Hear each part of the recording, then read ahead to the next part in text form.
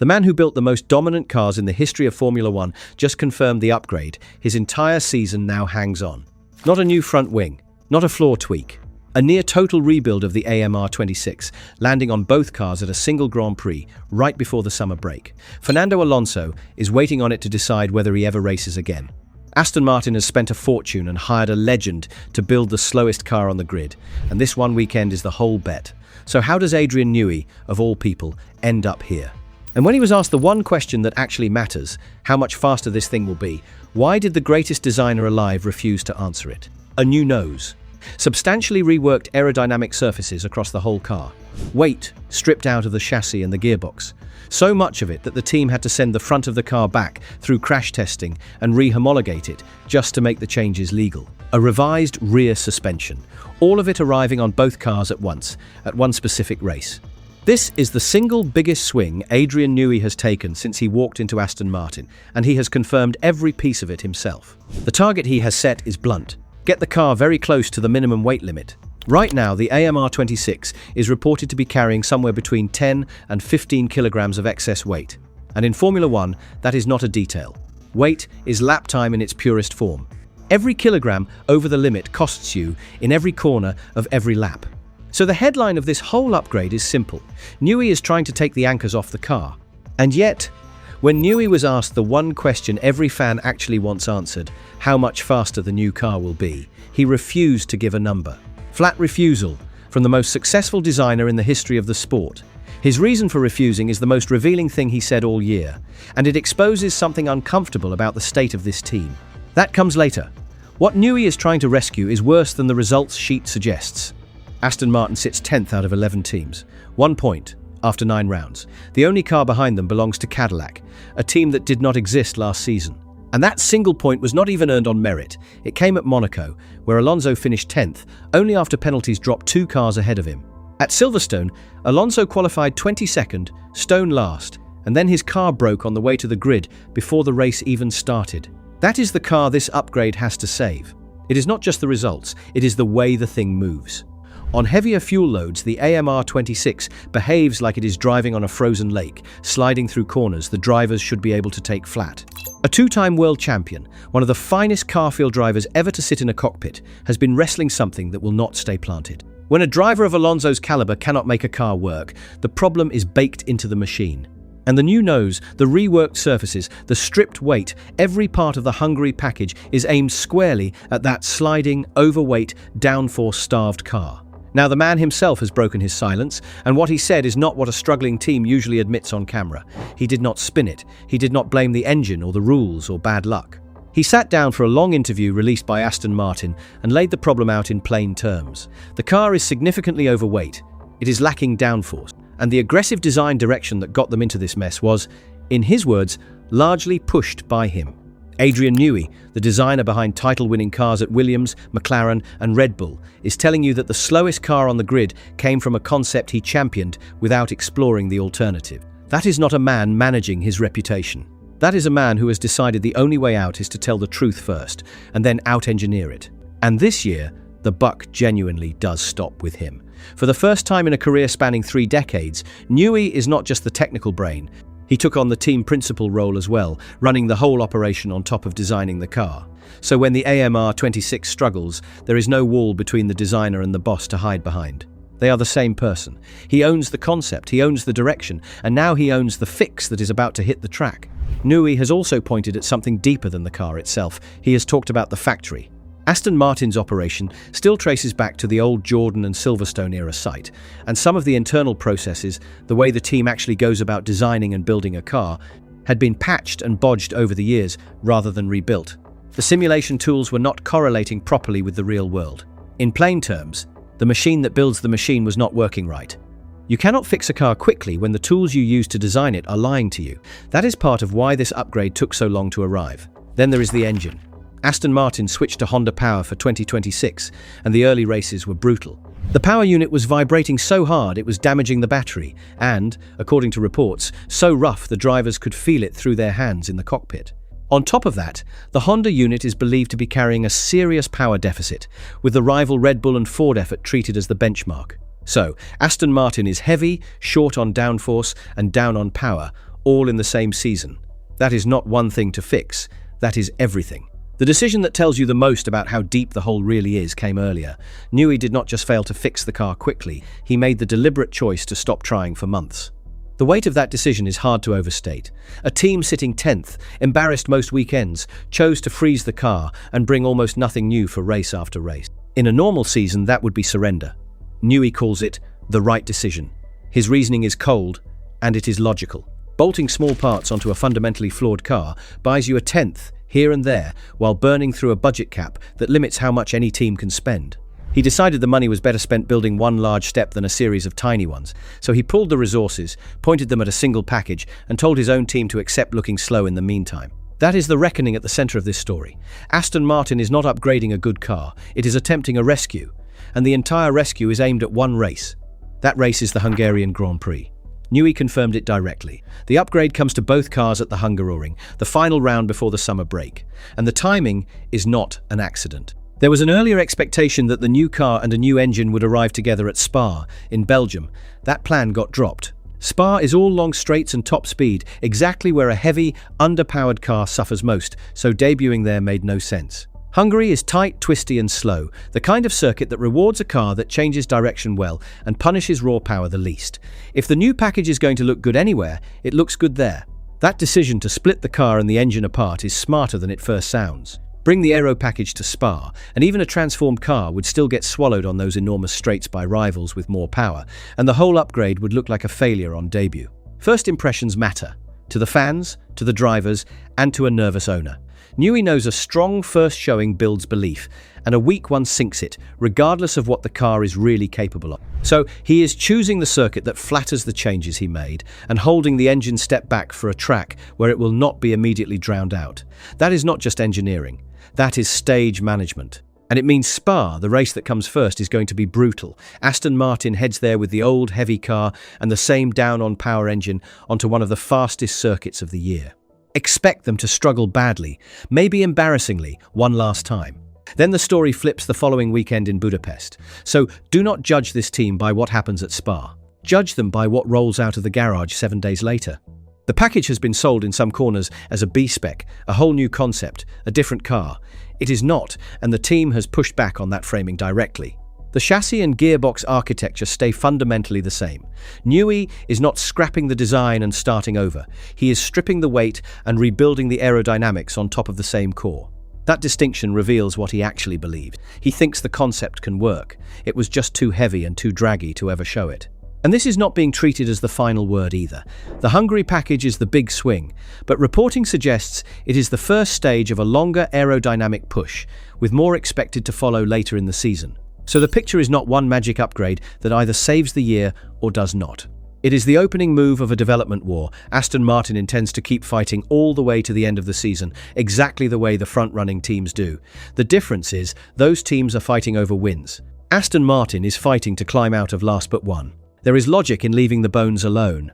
The parts of the AMR26 that work, and there are some, tend to be the slow and medium-speed corner behavior, exactly what a tight circuit like the Hungaroring leans on most. So Newey is not throwing the car away. He is keeping what functions and attacking the two things strangling it, the weight and the aero. For all that, it is less dramatic than a brand new machine.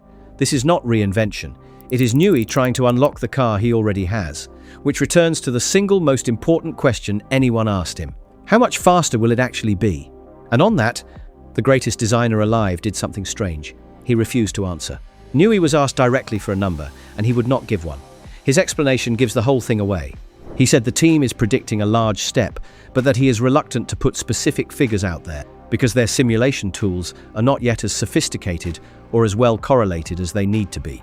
The man cannot fully trust his own factory's numbers. The simulator and the wind tunnel are not yet lining up with reality the way a top team's tools do. So he will promise a big step, but he will not promise how big, because he genuinely does not know yet. That is the honest answer, and it is more revealing than any figure would have been. Because out in the paddock, numbers are flying around anyway. You will hear people say 2 seconds a lap, maybe 2.5. You will hear even bigger claims than that, 3 seconds, 3.5, numbers that would rewrite the entire order.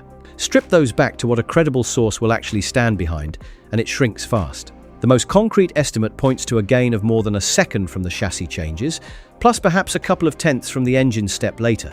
That is a real improvement. It is also a long way short of the wilder torque. The biggest numbers do not come from Newey, not from the team's official channels. They come from social media, from paddock chatter, from the game of telephone that turns a hopeful simulator run into a guaranteed miracle by the time it reaches your feed. The team's own ambassador, a man who has every reason to talk the car up, also refused to set a target. When the people closest to the project will not name a figure and the people furthest from it are naming huge ones, the silence is worth more than the noise. Quick thing before we go on, because this is exactly the kind of story that gets twisted the moment it leaves the paddock. If you want the version that separates what Newey actually confirmed from what the internet turned it into, subscribe. This channel tracks every part of Aston Martin's recovery race by race and reports the numbers only when they are real. Now, the reason those inflated figures are so dangerous, and the wilder numbers matter for another reason: they set a trap. If the fans have been told to expect 2 or 3 seconds and the car turns up a second faster, a genuinely strong result gets branded a disappointment because it was measured against a fantasy. Newey refusing to give a number is partly him protecting the team from exactly that. He would rather under-promise and let the stopwatch talk. And here is the brutal context that keeps this honest. Even if Aston Martin found 2 full seconds tomorrow at Silverstone, that still would not have been enough to get the car out of the first part of qualifying. That is how far back they are. A massive gain gets them into the midfield fight. It does not get them to the front. Anyone selling you a story where one upgrade turns the slowest car into a contender is selling you the paddock rumour, not the reality Newey himself described. So the aero and the weight arrive in Hungary, but the engine, the other half of the problem, is a separate story with a separate date. The Honda upgrade is targeted for Zandvoort, the Dutch Grand Prix, the first race after the summer break. Honda's own representative confirmed the target is the Netherlands. And Honda is being just as careful with expectations as Newey is. Their engineer said he knows the number from the dyno, but will not disclose it, and then added a line worth remembering. There is no magic in Formula One. They are not expecting to catch Mercedes or the Red Bull and Ford engine in one leap. They are aiming for a reasonable, sizable step. Not a miracle, a step. There is a rule behind why the engine upgrade even exists this year. The sport has a mechanism that lets a power unit manufacturer who falls far enough behind spend extra to catch up. After the measurements taken earlier in the season, Honda qualified. They earned the right to bring a bigger engine step than they otherwise could. But they are choosing to use only part of that allowance in 2026, spending one meaningful step now and shifting the rest of their focus to a stronger engine for 2027. So even Honda's plan admits the same thing the car's plan admits. This season is damage control. The real fight is next year. And Newey has been pushing on that too. He has publicly said that a very large step in engine power is what Honda needs to find for 2027, which is not the kind of thing you say about a partner you are fully satisfied with. He is applying pressure in public, on the record, because he knows the whole recovery is a 2-year project, and the engine is the half he does not build himself. The car he can control, the power unit he can only lean on. So he leans, visibly, and lets everyone hear him do it. The shape of the plan is clear enough. Hungary fixes the weight and the aerodynamics. Zandvoort adds the first engine step. Everything after that, all the real gains, all the ambition of catching the front, gets deferred to a fresh car and a fresh engine for 2027. This season was never really about winning.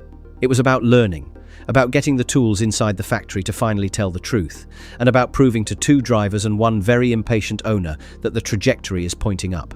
The upgrade in Budapest is not the destination. It is the first evidence that the map was even right.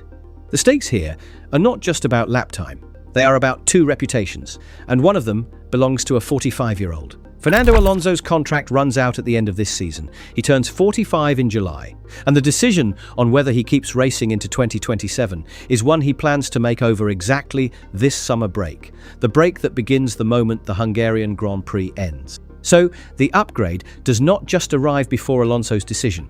It arrives at the last possible race before it.